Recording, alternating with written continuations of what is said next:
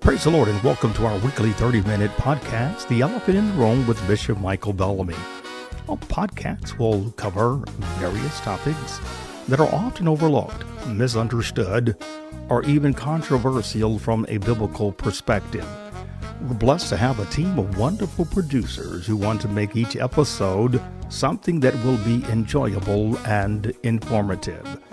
During the month of April, our producers have put together great episodes that will cover a wide range of topics on mental health awareness.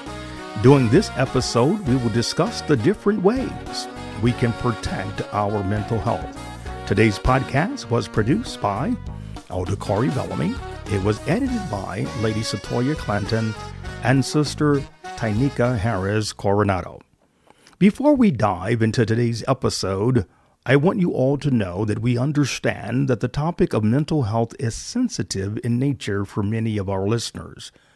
But I want to assure you that our team of producers have taken great care to research the topics we'll discuss to provide you all the best information and resources possible. Most of today's information was created using resources provided by the Department of Health and Human Services at mentalhealth.gov. I'll be right back with today's episode. We're often advised to take steps to protect what is most important to us. We protect our spouses and children as much as possible. We provide food, shelter, security, and the best lifestyles we can afford. When we purchase an automobile, we purchase an auto insurance and buy the appropriate warranty. When we purchase a home, the lien holder requires a homeowner's policy to cover potential losses like fire or flooding. We may also buy a rider policy to protect the HVAC, hot water heater, and larger household appliances. Although mental health is not tangible like an automobile, home, and appliances, the lack of proper care may have long-term tangible results. So it is vital that each of us take steps to protect our mental health too. What is mental health? According to mentalhealth.gov, mental health includes our emotional, psychological, and social well-being. It affects how we think, feel, and act. Our mental health affects every aspect of our lives, including how we handle stress, relate to others, and make choices at every stage of life, including childhood. The way we navigate through life is driven by our mental health, which is affected by several factors, including genetics, chemical imbalances in the brain, trauma or abuse experienced throughout life, and family history of mental illness.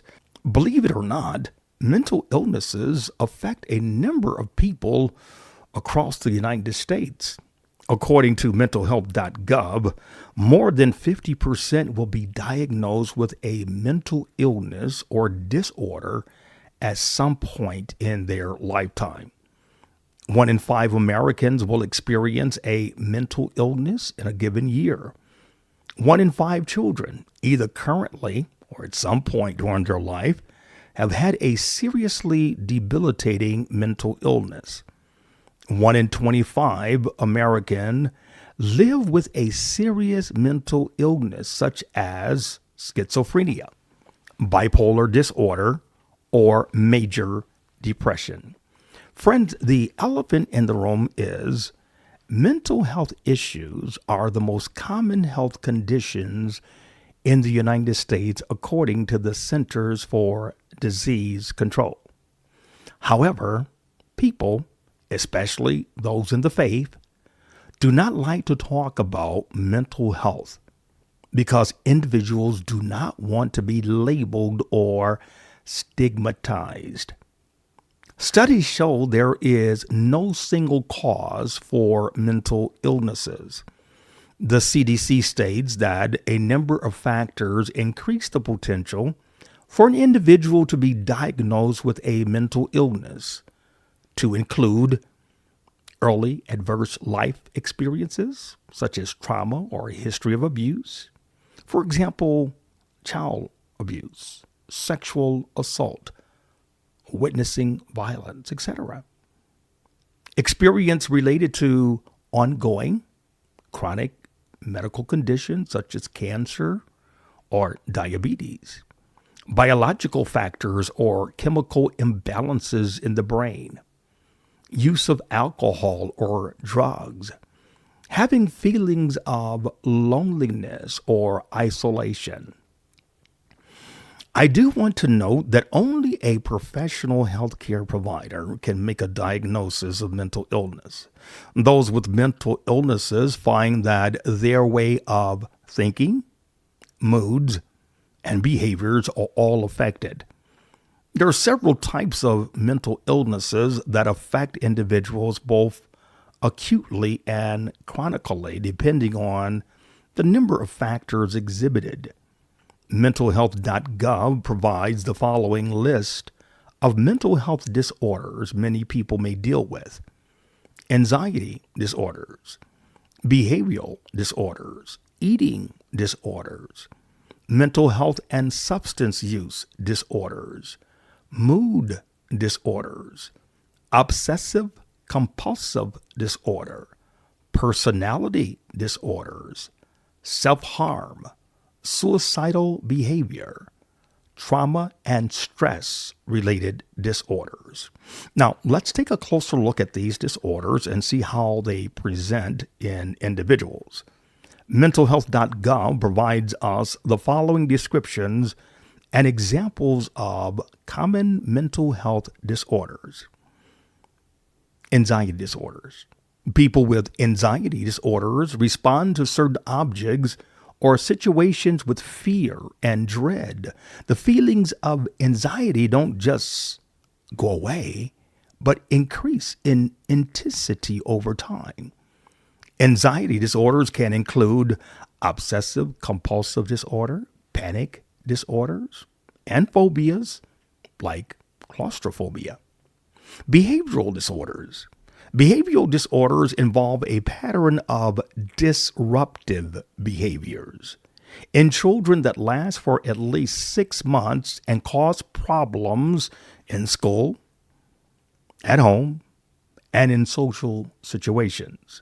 Examples of behavioral disorders include attention deficit hyperactive disorder, ADHD, conduct disorder, and oppositional defiant disorder, ODD.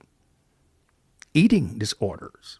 Eating disorders involve extreme emotions, attitudes, and behaviors involving weight and food. Eating disorders can include anorexia, bulimia, and binge eating. Mental health and substance use disorders. Mental health problems and substance abuse disorders sometimes occur together. Recreational drug usage can cause mental health episodes. Mental health disorders can also lead to individuals to use alcohol or drugs to self-medicate to reduce or remove the symptoms. Both mental illness and substance abuse share common causes, including changes in brain chemistry, genetic predisposition, and history of abuse, stress, or trauma. Studies show that people who present with these mental illness and substance abuse often are diagnosed with depression, anxiety, disorders, schizophrenia, and personality disorders more often than others. Let's talk about mood disorders. Mood disorders involve persistent feelings of sadness or periods of feeling overly happy or fluctuating between extreme happiness and extreme sadness. Mood disorders can include depression, bipolar disorder, seasonal affective disorder, and self-harm. Obsessive compulsive disorder. If you have OCD, you have repeated upsetting thoughts called obsessions. You do the same thing over and over again to try to make the thoughts go away.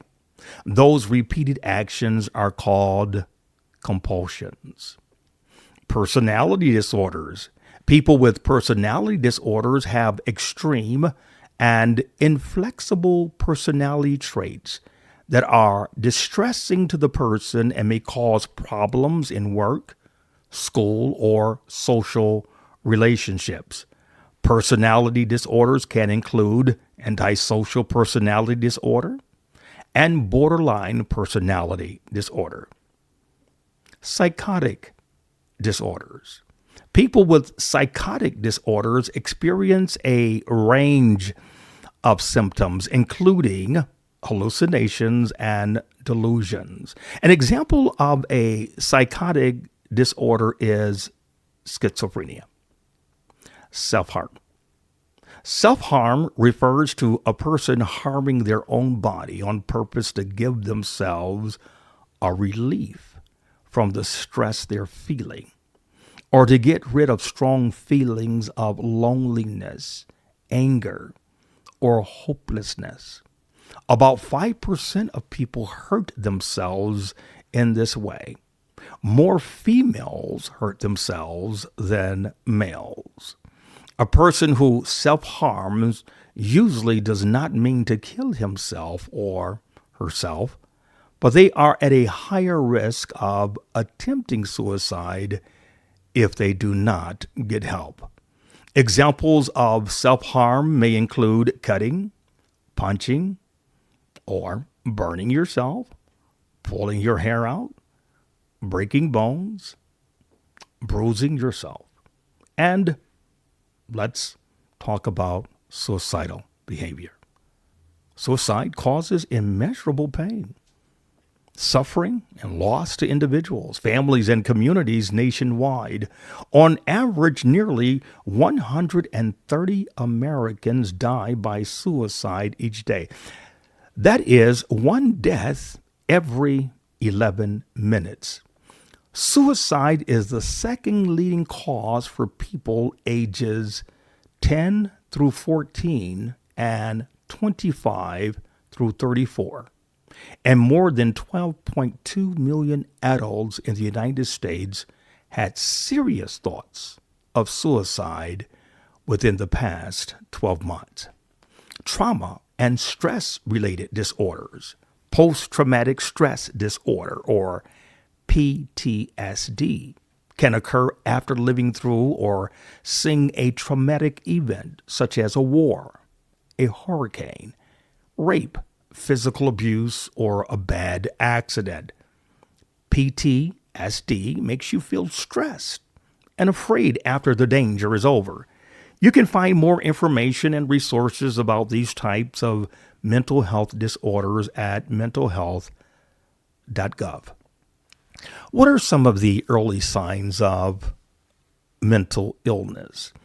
According to mentalhealth.gov, individuals who experience one or more of the following feelings or behaviors may have a potential mental health problem: eating or sleeping too much or too little, pulling away from people and usual activities, having low or no energy, feeling numb or like nothing matters, having unexplained aches and pains, feeling helpless or hopeless, smoking, drinking, or using drugs more than usual, feeling unusually confused, forgetful, on edge, angry, upset, worried, or scared, yelling or fighting with family and friends,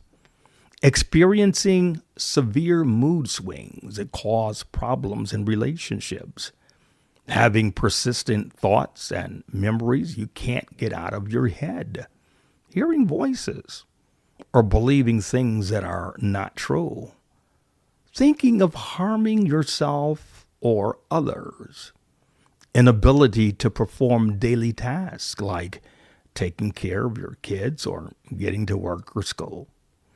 In its article titled Warning Signs of Mental Illness, as reviewed by Dr. Raina Parikh, the American Psychiatric Association observed that mental illness rarely occurs without notice. There are often small signs that something is not right before the illness fully develops. Let me say that again. There are often small signs that something is not right before the illness fully develops. Taking time to learn about mental health and getting help early may reduce, delay, or prevent major illnesses in our families, churches, and communities. This is Bishop Michael Bellamy. I hope you enjoy our podcast and subscribe to our Facebook page. You will find our weekly 30-minute podcast on many of your favorite platforms. Would you please tell your family and friends to listen in as well? Is the church affected by mental illness? According to mentalhealth.gov, faith and community leaders are often the first point of contact when individuals and families face mental health problems or traumatic events. In fact, in times of crises, many will turn to trusted leaders in their communities before they turn to mental health professionals. When leaders know how to respond, they become significant assets to the overall health system. Faith and community leaders can help educate individuals and families about mental health, increasing awareness of mental health issues and making it easier for people to seek help. Community connectiveness and support, like that found in faith-based or other neighborhood organizations, are also important to the long-term recovery of people living with mental illnesses.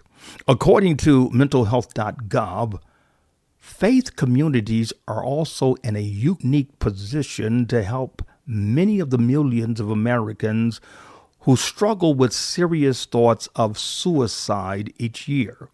Many people having thoughts of suicide feel hopeless, trapped, or are in such emotional pain or despair that they struggle to face another day.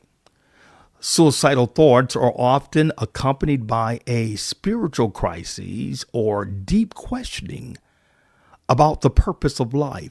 If faith leaders are better able to recognize the signs of suicide and learn how to respond, they can serve as an expanded safety net for those who are most in need.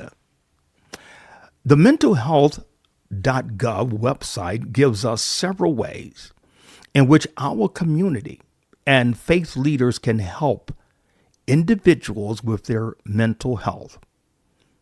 Number one, we can educate our communities and congregations. We can promote awareness by educating the members of our communities and congregations about mental health issues through educational forums and other opportunities. Ways we can do this include inviting mental health experts to come and educate people on mental health awareness through seminars, conferences, and small groups. Share facts and common myths about mental health to encourage awareness and have more discussions about mental health to remove the stigma around the topic. We can also support the development of a trauma-informed community, because trauma often lies beneath seemingly unrelated problems. New Kensington Community Development Corporation, NKCDC, and Impact Services describe trauma coming in the form of violence, poverty, and racism. And the trauma-informed communities acknowledge these types of trauma and its impact on individuals and mental health. Secondly, we can also identify opportunities to support people with mental illnesses. Religious and other community organizations can play an important role in supporting individuals living with mental illnesses and encouraging them to seek help.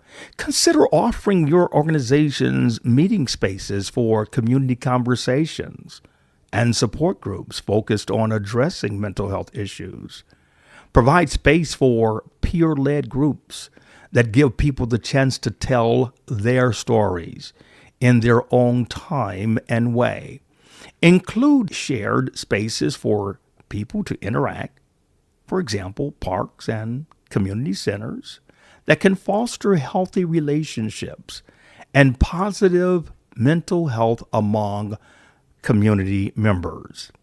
Support community programs, for example, peer mentoring programs or opportunities for volunteering that encourage social participation and inclusion for all people.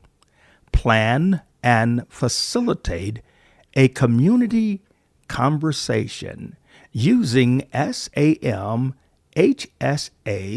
Toolkit for Community Conversations about Mental Health.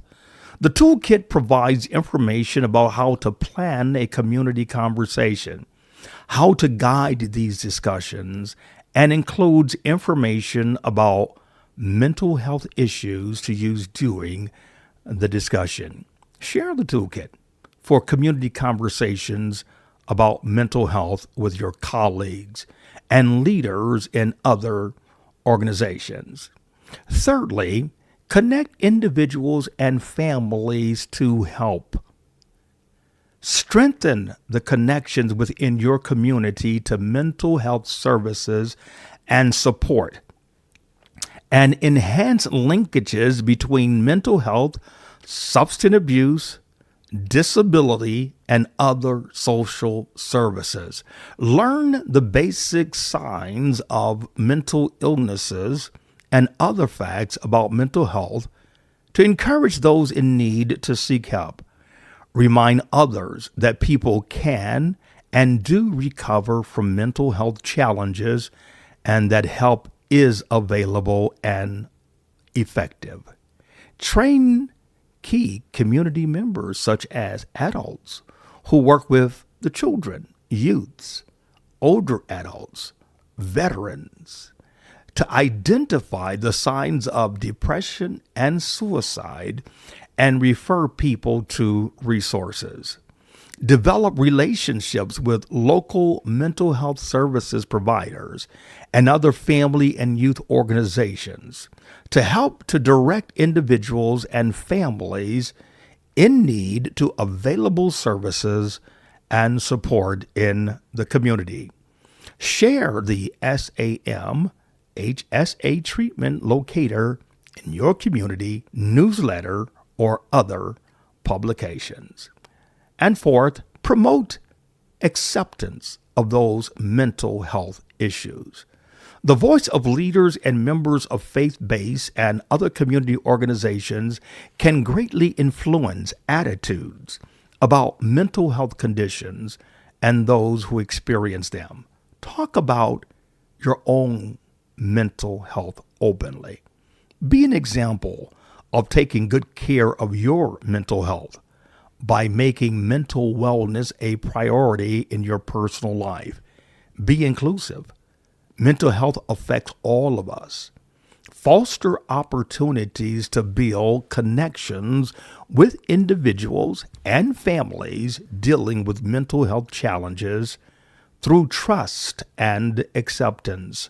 Foster safe and supportive environments for people to openly talk about mental health, stress, trauma, and related issues. Ask what happened instead of what's wrong when talking with a friend. Encourage and express empathy in your family, congregation, and community. Convey a message of nonviolence, acceptance, and compassion. Often people don't seek out help for mental health issues because of the stigma surrounding mental illness. When they do seek out help, they're often overwhelmed with where to find help. A good place to start would be with your primary care doctors, who can connect you with mental health resources and services in the community. If you do not have a health professional who is able to assist you, there's still help and hope for you, your friends, your family, or your students. If the situation is potentially life-threatening, get immediate emergency assistance by calling 911, which is available 24 hours a day, 7 days a week, 365 days a year. If you or someone you know is suicidal or in emotional distress, contact the National Suicide Prevention Lifeline. Trained crises workers are available to talk 24 hours a day, 7 days a week. Your confidential and toll-free call goes to the nearest crisis center in the Lifeline National Network. These centers provide crisis counseling and mental health referrals. You can contact them at 1-800-273-TALK or 1-800-273-8255. Well, friends, that's all the time we have for this episode. I hope you have enjoyed today's episode, which was produced by Elder Corey Bellamy and edited by Lady Satoya Clanton and Sister Tynika Harris Coronado. Be safe, stay healthy, God bless.